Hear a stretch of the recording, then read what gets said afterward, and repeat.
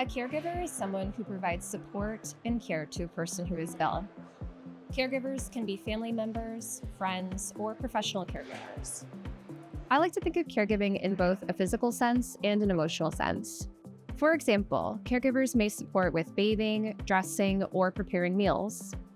In addition, they may also provide care by advocating for their loved one, communicating regularly with them, or providing practical support like transportation.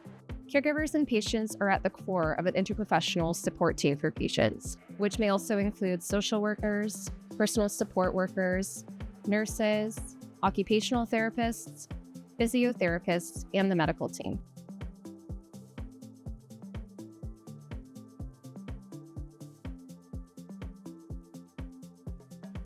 Being a caregiver was providing compassionate, unlimited support to my husband in his greatest need, often putting his needs first in extenuating circumstances.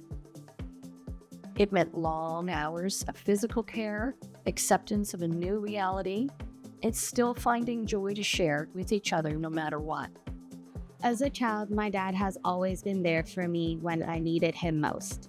Therefore, it was a natural progression for me to be a caregiver to him.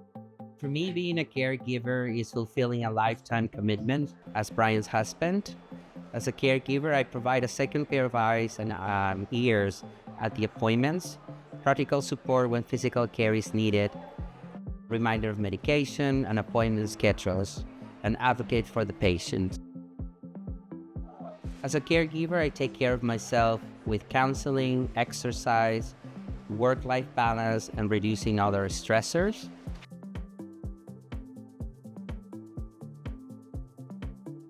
As a caregiver, what I found most helpful was keeping a journal, recording from diagnosis on, where you track symptoms, medication changes, clinical notes and discussions, and respite.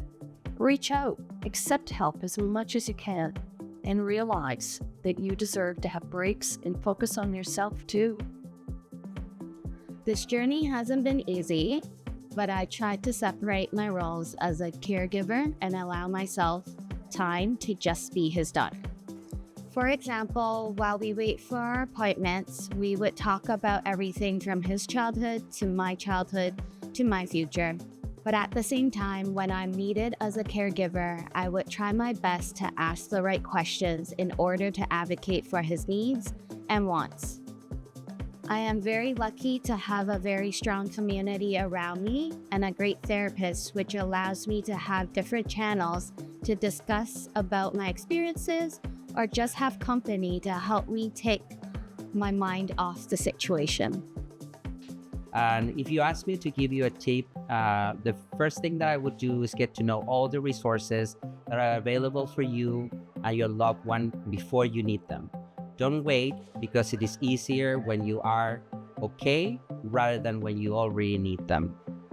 Have a talk and make an agreement of what is that your loved one is expecting from you and what do you expect in return.